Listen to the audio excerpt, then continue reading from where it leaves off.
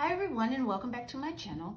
Today I want to talk to you about presence. I want to talk to you about what it is, why it's important, and what it consists of. I think a lot of people think when they're building their image and building their image, it's something simple as just going out and buying a bunch of new clothes and putting them on. But I'm here to tell you that that is not the case at all. Presence is something that starts on the inside, and it's something that it's an overall total package that you want to begin to build and curate as time goes on. Now, the one thing I will tell you is with presence, it's not going to happen overnight. You're not going to build it overnight, but you do want to take the small steps to move forward in that. The great thing is for you, even though I will touch on everything as a whole, our favorite piece is what we wear to reflect our personal brand. But before I get started, my name is Tiffany and I'm an image coach, and I help professional women build an image that reflects their personal brand. So let's define what presence is. So defined by Sylvia Ann Hewlett, presence, she states, no man or woman obtains a top job or lands an extraordinary deal or develops a significant following without a combination of confidence, poise, and authenticity that convinces the rest of us that they are in the presence of the real deal or someone that actually should be. So this comes down to when we're on, say, video, for example, or if we're on a podcast, or we're in front of people having a speaking engagement, or providing information on a project or a collaboration. They look at your whole entire picture. Are you confident? Are you authentic? Are you trying to be somebody you're not? Are you poised? It's a lot of different moving parts that you have to learn how to maneuver together to begin to build the presence that you're looking for. Now, here's the thing about presence. It has nothing to do with performance. Instead, it's a measure of your image, and it signals to others if you have what it takes. So this applies to, of course, if you're in corporate America, if you're a business coach, if you're an image coach like I am, if you're a real estate agent, if you are a public speaker. All of this, when you build your presence correctly, it will project to others that you have what it takes. And we see this every day. And what we see, and I think sometimes when we see our favorite business coaches or influencers, we see where they are at today. But if you go back and really take a look at them, and you go back to prior videos, prior podcasts, prior live streams, you'll see that along the way, they evolved and they changed. And that's in essence what presence is. So you start where you're at, and then you're going to evolve from there. So don't worry if, oh, I don't have this together. That's okay, because guess what? I don't have everything together. But you have to know that it's a process, and this is also something that even with being professionals, because I do corporate America and I'm running my own business, it's something that you have to worry about at the forefront as you're building, because as your business and as your career evolves, your presence will evolve as well as you move to the next levels. So you definitely want to always keep that in mind. Putting that together is not the thing that you do when you finally make it. Because here's the thing, in order to make it, you need your presence as well. So let's talk about what and how it actually presents, it all kind of comes together. Because how you present yourself means more than what you actually think. And I'm down reading notes because I'm not great at memorizing my thoughts yet. And some, like I stated earlier, we don't account for it. We think that if we work hard and we put our head down and we're in these trenches, that people are going to notice us. It's a lot more than working hard. And we've seen it, and and I'll raise my hand to say I have been that person, to where I thought my work will show for itself. But yes, my work will show for itself, but they don't know me. They don't know Tiffany. They don't know if I'm being authentic. They don't know what I like, what I don't like. And I'm not saying you have to be best friends with them or great friends with them, but you have to present yourself in such a way that you're relatable. And that's where the authenticity comes in. You have to be relatable, that people can resonate with you with what you say or your story for what you've been through. And it's also just as important, it's just as important as being an expert in our fields of expertise. Because as that evolves, as our expertise evolves and we get more, we move to other levels, this has to move with us as well. So there are 3 components to presence, and over the next 3 episodes, 3 videos, we're going to touch on each of them individually. So 1 is how you act, 1 is how you speak, and of course our favorite, how you look. And they are completely universal, and what works in IT may not work if you're a business strategist or if you're a business banker. But the same thing, it still applies as far as having the overall total package. And when you look, and I could even, look at, say, some of the directors that are in IT. They have a certain look. They're not, say, someone that's a software engineer that may be in a t-shirt and jeans. However, even though they're in t-shirt and jeans, they're elevated t-shirt and jeans. But we'll get into that a little more when we get into how we look. So how you act, of course, is number 1. How you communicate with authority as a leader. So when you're watching me and I'm watching you, I'm looking to see, is this person someone that I can follow and get behind, and what is their message? Are they authentic? Are they transparent? Now, it may not be in the beginning, but we will begin to express our authenticity a little bit as we go on and as we become comfortable. But people can see that along the way and will follow you through your building, I would say, because there are business coaches that I follow, that I have followed from the very beginning, and I have seen and watched them evolve, which keeps me as a follower of them and someone that I can always look to because I've seen them go through their process. So with how you act, what is the important thing? Eye contact.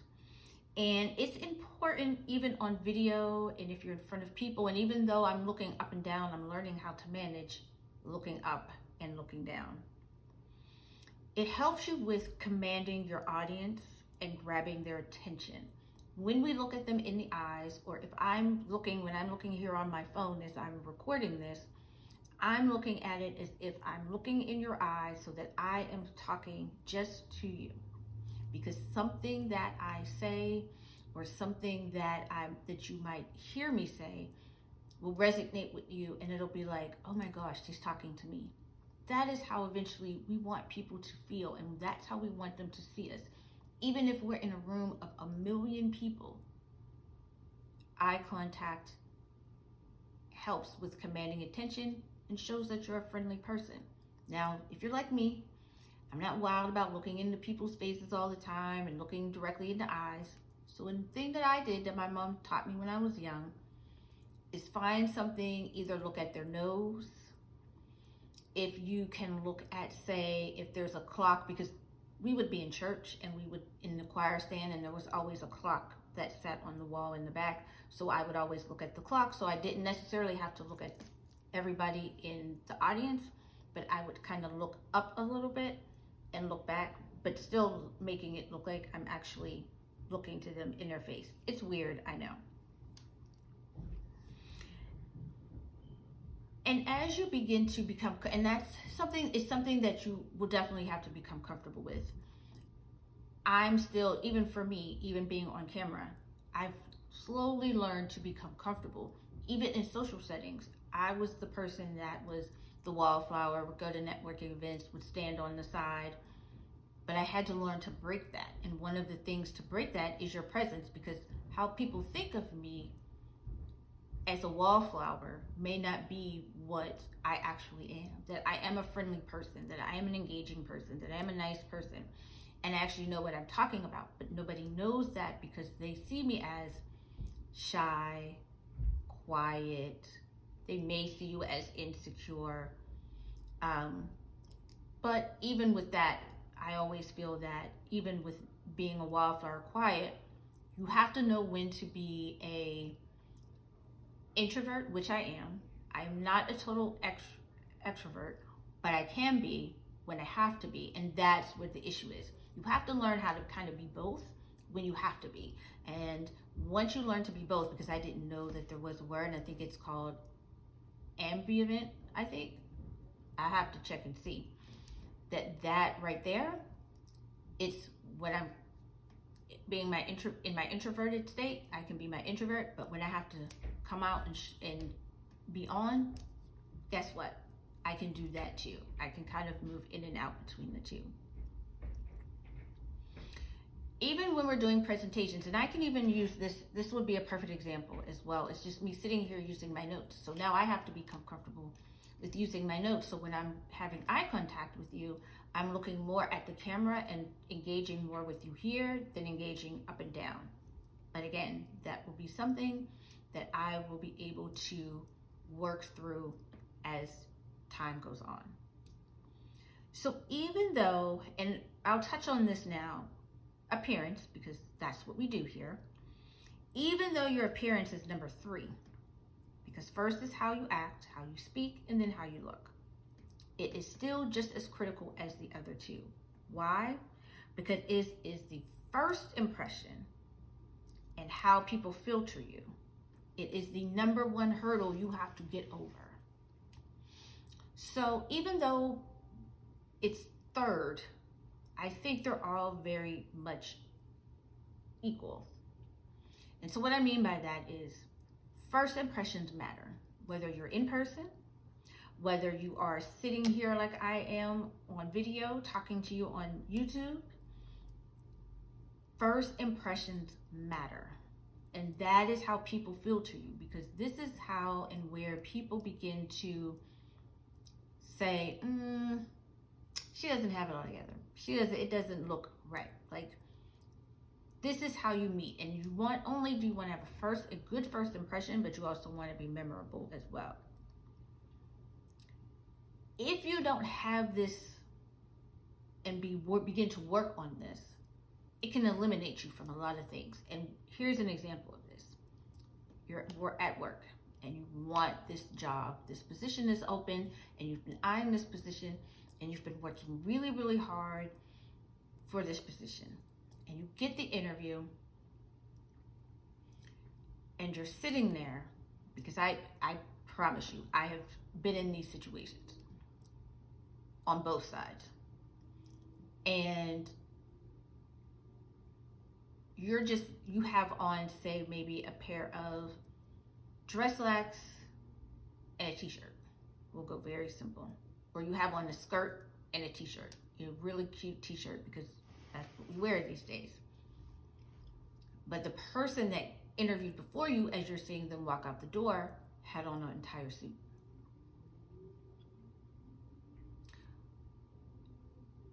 That is the first impression. So when you walk in, they've already seen this person. Who do you think they're going to hire? Because they do hire off of looks, especially if both of you have the same credentials, if both of you are at the same level and they know that your work ethic is impeccable. Based on looks alone, who do you think they would hire? Now, there's a whole other realm and a whole other story thing that I could talk about as far as that goes, especially when it comes to Black women. And we could even still dress our best, but I don't want to take it there quite yet. But how you look and how you dress is very important. And it can position you in a way that your work cannot. Because we've seen people that aren't the greatest with what they do, but their image makes them look as if they are. So I always want you to kind of keep that in mind, because we have killer products, killer services, but does our presence and our brand kind of match? But just follow me, because I'm trying to bring all this together here. So presence in a whole is universal. And in today's day and age, especially because we are now more on social media more, we are now on Zoom conferences more, we do not have a lot of time anymore, because it's 7 seconds or less that somebody's going to make an impression of you. So we don't have a lot of time to make a good first impression. It's that fast, and they can tell what type of job you do on the subconscious level, what type of job you have, how much money you make, what your education status is. Now, it can be wrong, but it's the appearance of it as a whole. So you always want to keep that in mind, especially in business, especially as entrepreneurs. We still have to have a level of, but the difference is, as entrepreneurs, guess what?